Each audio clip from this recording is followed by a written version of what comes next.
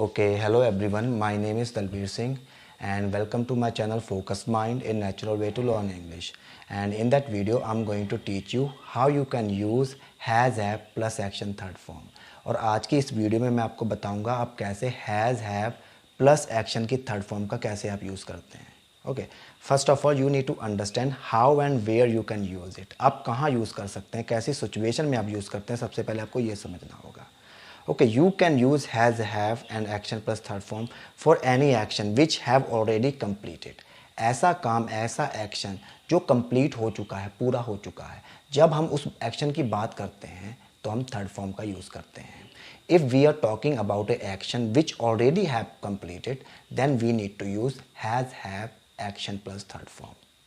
तो उस कंडीशन में जब कोई एक्शन कंप्लीट हो चुका है, पूरा हो गया है और उसकी बात करते हैं कि वो हमने वो किया था, तब हम हैज़, हैव प्लस एक्शन की थर्ड फॉर्म का यूज़ करते हैं. And for that, for example, take example of me. जैसे मैं अपना एग्जांपल लूँ कि मैं अब जगड़ से आ चुका हूँ, ठीक है. मैं इसे कैसे बोलूँगा, मैं वो आई हैव कम फ्रॉम अबचलगढ़.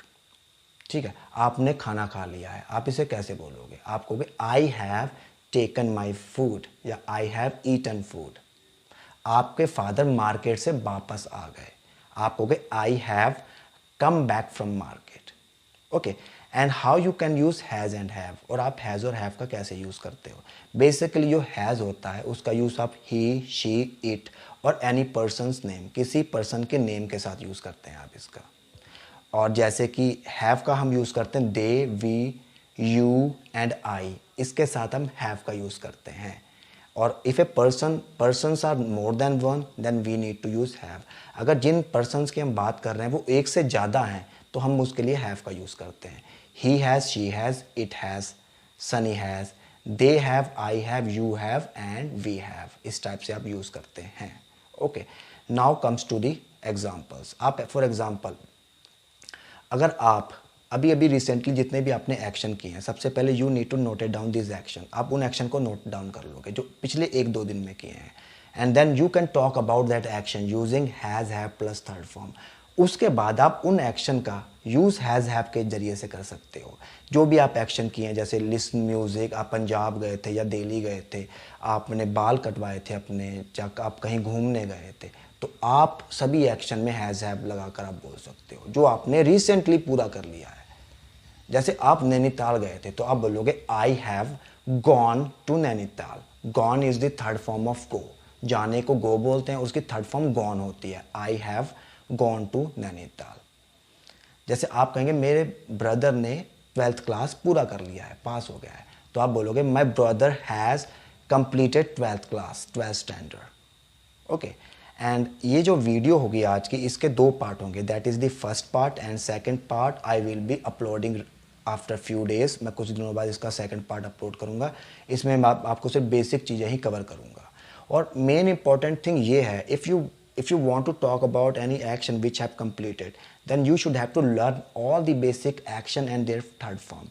अगर आप चाहते हैं हैज़ और हैव का यूज़ करके इंग्लिश बोलना, तो सबसे इम्पोर्टेंट चीज़ ये है कि आपको जितने भी बेसिक एक्शन है जो अपनी डेली लाइफ में करते हैं और जो भी काम आपके चारों तरफ होते हैं उन्हें आपको लर्न करना होगा. जैसे काफ़ी सारे एक्शन होते हैं, ईट, ड्रिंक हो गया, वॉच हो गया, लिसन हो गया, और भी काफ़ी सारे वर्क होते हैं, रन हो गया, सिट हो गया, स्लीप हो गया. इस टाइप के जितने भी बेसिक एक्शन हैं उन्हें आप पहले लर्न करेंगे, उसकी थर्ड फॉर्म लर्न करेंगे. Because without actions you can't able to talk in English. बिना एक्शन के आप इंग्लिश नहीं बोल सकते. आपको उस एक्शन का पता होगा, then you can easily talk about it. आप उसके बारे में आसानी से बोल सकते हैं. And in that video I am also giving you few actions and their third form as well. इस वीडियो में मैं आपको कुछ एक्शन दूंगा, उसकी थर्ड फॉर्म दूंगा. You can also learn it from there. आप यहाँ से भी लर्न कर सकते हैं. Okay, and now comes to the second segment, that is how to ask query. कैसे क्वेरी पूछते हैं.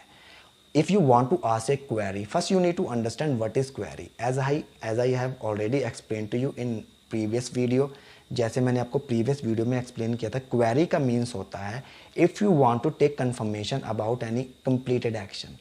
अगर आप किसी काम की confirmation ले रहे हैं कि वो भाई हुआ था या नहीं हुआ था, तो वो query कहलाती है. और query का आंसर जो होता है always yes और no में होता है. जैसे भाई तुम अबजलगढ़ गए थे कि नहीं गए थे, तो ये क्वेरी होती है. इसमें हमें आंसर पूछते हैं हम, लेकिन यस और नो में पूछते हैं. जैसे अगर मैं आपसे पूछूं have you gone to Achalgarh, या have you gone to market, ये मैंने आपसे क्वेरी पूछी है कि आप मार्केट गए थे या नहीं गए थे, तो इसका आंसर होगा येस या नो। फॉर एग्जाम्पल आप नहीं गए थे तो आप कहेंगे no, I have not gone to market. ठीक है, आप अपने फादर से क्वेरी पूछते हैं क्योंकि आपकी फ़ीस, स्कूल की फ़ीस सबमिट होनी थी, आप अपने फादर से पूछते हैं कि उन्होंने स्कूल फीस सबमिट करवा दी है कि नहीं करवा दी है। तो आप पूछेंगे फादर से अपने, father have you submitted my school fees, तो उनका आंसर होगा उन्होंने फ़ीस करवा दी थी, तो वो कहेंगे yes son, I have submitted your school fees, I think yesterday, कल मैंने आपकी स्कूल फीस सबमिट कर दी थी। Okay, that is called query. Okay, the most important जो चीज़ है इंग्लिश स्पीकिंग के लिए, if you want to talk in English then you should have to practise daily. आपको रोज़ प्रैक्टिस करनी होगी। इसके लिए आप क्या कर सकते हैं, if you have any one in your near by who can talk in English, अगर आपके आस पड़ोस में कोई ऐसा पर्सन है जो इंग्लिश बोल सकता है, then you can talk with him by using this rule. आप इन रूल्स का यूज़ करके उनसे बात कर सकते हैं। If you don't have any one who can talk in English, अगर कोई ऐसा नहीं है, then you can talk to yourself in your mind. आप अपने माइंड में भी इंग्लिश बोल सकते हैं। ये एक टेक्निक है जिसे बोला जाता है मॉडलिंग। उसमें आप दो पर्सन बन जाते हैं, आप खुद बन जाएंगे और एक आप अपना फ्रेंड बन जाते हैं और एक अपने आप से ही बात करते हैं। इससे क्या होगा, आपकी कन्वर्सेशन और इम्प्रूव होगी, because repetition is the mother of success, किसी ने कहा है। किसी चीज़ को बार बार करने से हम उसमें महारत हासिल करते हैं। सिंपल सी बात है। If you want to talk English then you should have to practise it daily, every day, repeat करते जाओ, हो जाएगा आपको।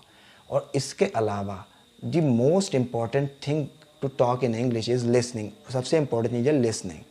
आपको लिसन करना है each and every day, at least 30 to 20 minute.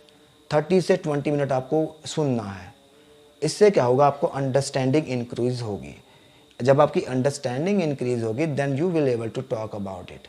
देखो सिंपल सी बात है, अगर आप किसी भाषा को समझते हैं, लैंग्वेज को समझते हैं, तब आप उसके बारे में तभी बोल सकते हैं। ठीक है ना। तो कोशिश करें लिसन करने की और इसको फॉलो करें। और जो इसका जो सेकंड पार्ट है उसमें मैं ब्रीफली एक्सप्लेन करूँगा इसके बारे में, वो जल्दी मैं आपको सेंड कर दूंगा। And I hope you have understand that video, and if you like it please subscribe my channel focus mind in natural way to learn English. Thank you for watching it. Good bye.